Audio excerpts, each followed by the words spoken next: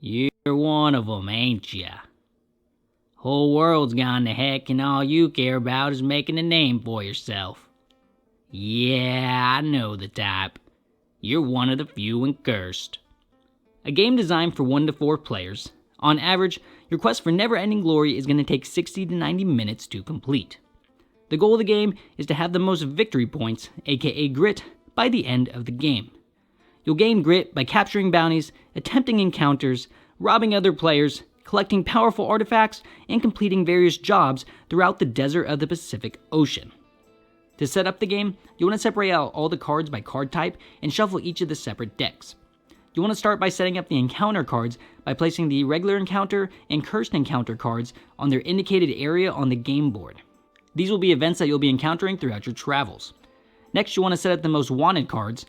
Do this first by locating the 4 monster cards and placing them face down in each of the 4 stacks. Afterwards, you want to distribute the remainder of the most wanted cards to the 4 stacks. Take the top card of each stack and flip it face up. These are higher value targets that you'll be able to capture throughout your journey, so long as you're in the same location as them. The resources to do so will be high, but so will the rewards. When you reveal a monster card, you'll take that monster's figure and place it in the appropriate location. Next, you'll want to set up the jobs by dealing 4 cards to each player and having them choose 2 to keep and 2 to discard. Jobs are going to be various quests that you can complete throughout your journey, and they're going to have a certain requirement that you need to meet. Once you meet this requirement, you gain the grit listed on the job and any other rewards on it. The important thing to keep in mind about jobs, if you don't complete them by the end of the game, you'll lose whatever grit value is listed on each job that you don't complete. Next, you'll want to set up the wanted bounties by locating the 4 wanted cards and randomly placing them in the wanted bounty area. These are going to be more common bounties that take less resources to capture, but they'll also yield smaller rewards. Next, you'll want to set up the store by placing 3 store cards face up. These are going to be various items that you can purchase throughout your game. After this, you'll set up the artifacts. You'll do this by placing the artifact tokens in each of the 4 corner locations on the board. You'll want to keep all the same color artifacts together, and then you'll want to place the artifact cards to the side. And lastly, you want to have each player decide what character they want to be. Deal out the corresponding character card, board, deck, and figure to each player. Have them decide what color cubes they want to be. Place 1 cube on the 0 mark for the grit track, and then place cubes on the starting values for the health, bullet, and curse values for that character. Now the health's going to indicate how much health your character has, the bullets are going to be used to generate attack during your turns, and the curse value is going to indicate whether or not your character is cursed. If they ever pass their curse threshold, they become cursed, and they flip their character card over and become a more powerful version of themselves. After this, have each player draw 4 cards from their deck, place their figures in San Andreas, and you're ready to begin the game. So the game is going to take place over multiple rounds, where within each round there are 4 phases, and within each phase, players will take turns until they complete that specific phase. Once they're finished with that phase, they'll move on to the next phase and continue to do so until the round is over.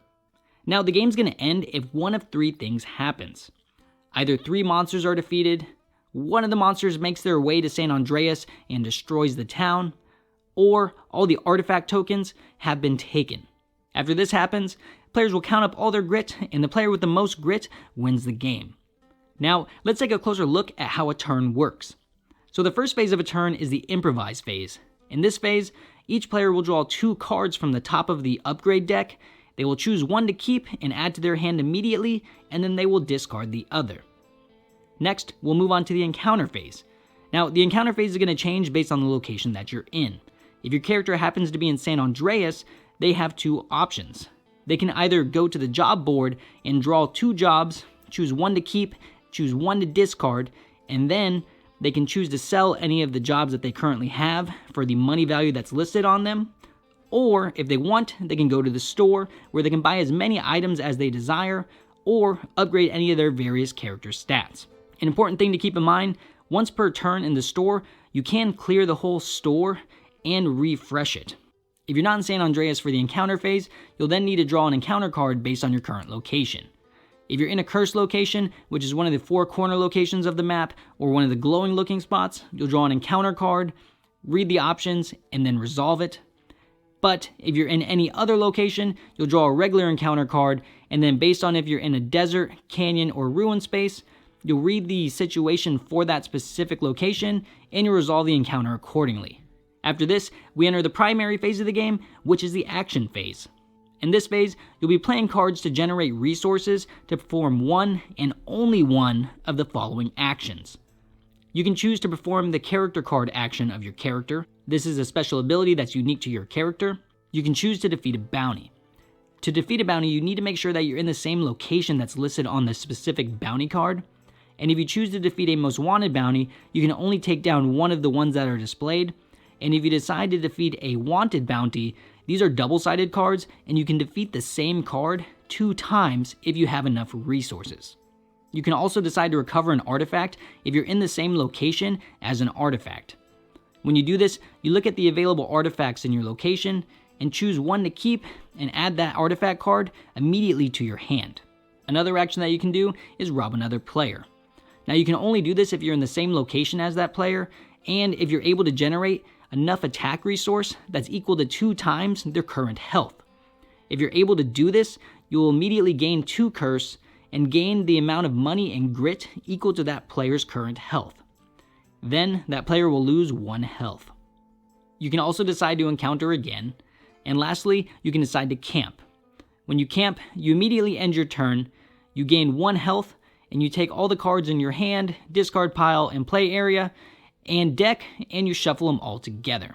Now it's important to note, at any point in time during the action phase, after you've performed your action, you can continue generating resources to keep moving around the board if you wanted to. And then the last phase is the cleanup phase. You'll start by discarding as many cards in your hand as you want. You'll then draw back up to 4 cards, and it is okay to have over 4 cards during this time. If you ever shuffled your deck at any point in your turn, you'll then now need to return your character to San Andreas. If there are any monsters on the board, you'll need to now move them 1 spot towards San Andreas. Monsters are always going to choose the shortest route with the least amount of symbols. And then lastly, you'll want to take the first player token and pass it counterclockwise. Once this is done, you're ready to start the next round and do it all over again. And that, my friends, is Few and Accursed in a nutshell. What I really enjoy about this game is how you're able to do so many things with such a small amount of cards, because a lot of the cards end up feeding off of each other and you're able to do these really, really great combos. So that's all I have for today. Hope you enjoyed the video. Until next time, so long, farewell.